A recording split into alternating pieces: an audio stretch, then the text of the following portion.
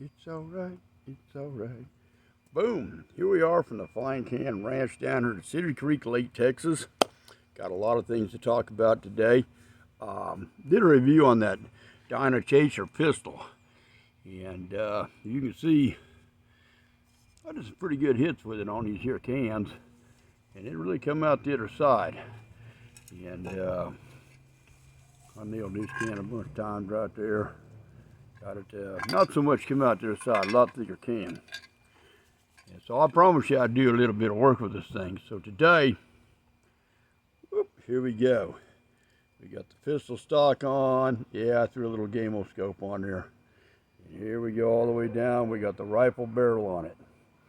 So I'm going to cover a few things very quickly about what's involved in this, because there's some things that are not very explained or not explained very well in the manual. So this barrel has got kind of a little divot thing at one end of it down at the very far end that goes into this part right here. So there's a divot in and there's sort of a hole in. Well, you want the hole in to go down and the little divot to go on top. And they say to loosen or take two of the screws out and loosen the center one. I found it best to take out all three so you could really see that you got that little divot hole lined up on this receiver, and they're very small, so don't drop them on a brown carpet. I'm just telling you. Now, before you put this barrel on, I showed you a little bag yesterday that had some Allen wrenches and some O-rings. Well, there's two little slots at the end of that barrel. Later on, I might show you where they are. Not on this video because I got everything together. That you got to take a couple of those little thin O-rings out of that bag and roll them down on the end here, because they're already on the pistol barrel when you take it apart, so it just makes sense they belong on this barrel. Yeah, the dog's driving me crazy. I got a toy hid up here. Where's your toy, Brock? So once that's done, then you've got your barrel band. So you're going to use a little thin, where's your toy? You're going to use a little thin Allen wrench for these screws here, the thicker one for your barrel band. So that's one issue.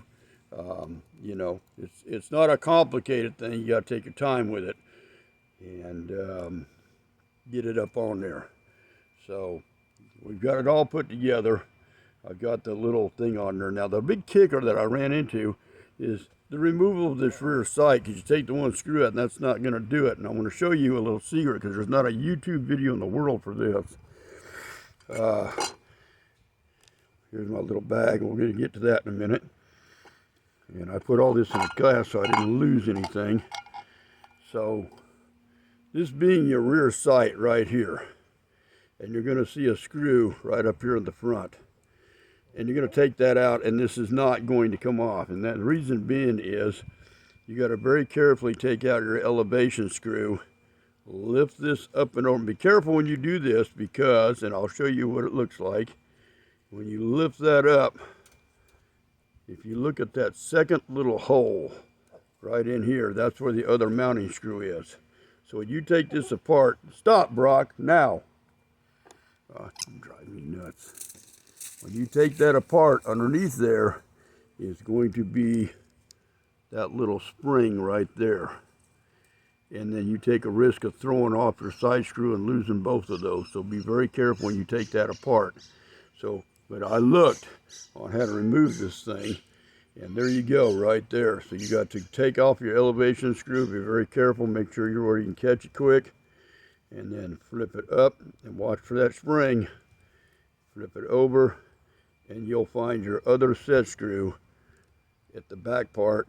And then when you reassemble it, of course, reverse the procedure. And make sure, as I've done here, you put everything in a nice sealed bag so you do not lose it. I know that sounds ridiculous, but I just wanted to tell you that. So, this dog, I love him to death. We've got it together, and I'm gonna try to shoot this. It's at these cans I got sitting here while I adjust this scope. Oh, another lesson I learned yesterday. There's been a lot of discussion about this handle breaking. And one guy was saying that instead of grabbing it down here, lift that up and then stuck your finger in and just get some meat to it and pull it straight back. And then after he loads the pellet, he doesn't use the handle to push forward because the pellet's going to give you some resistance. Use your thumb back here and just push the rod in till you're seated, and then bingo, you should be able to get that down. I've heard a lot of complaints. I've seen a lot of complaints about that handle breaking. A lot of guys say that there's a little bit more meat there to get that in. Dinah, you should pay attention to that, and you should pay attention to how you put your manual together because there's a lot of things not explained very well. And I'm fixing to get attacked again. And that'll take care of him for a while. So I wanted to go over that with you about the rear sight removal. You know, I was just gonna show you a video with a scope on it and all that garbage and do some shooting, but I wanted to part that information across to you about the cocking method that I came across, and then how to get that rear sight off, because it's not really explained in the manual. It looks like you just take one little screw out. And anybody that's done a lot with some of these air guns knows that sometimes you just got to use some sense on how to use these manuals. So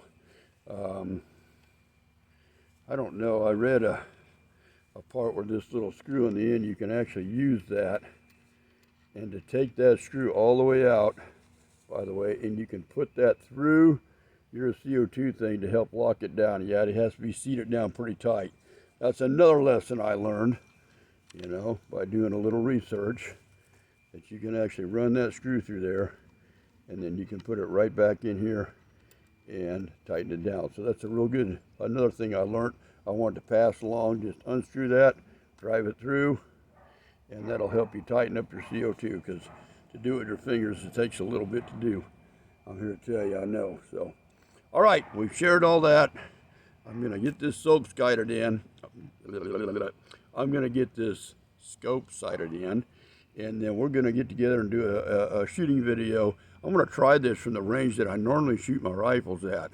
We're going to see what we come up with. So, that being said, there it is in its entirety. It's all together, and still iffy about whether I put that silencer back together right.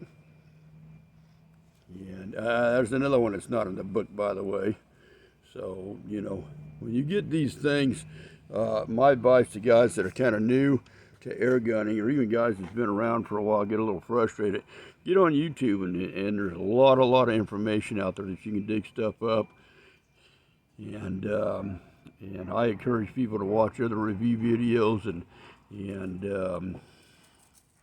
get a feel for something, because I've watched some review videos, people say, oh, I hate this thing, it's absolutely worthless.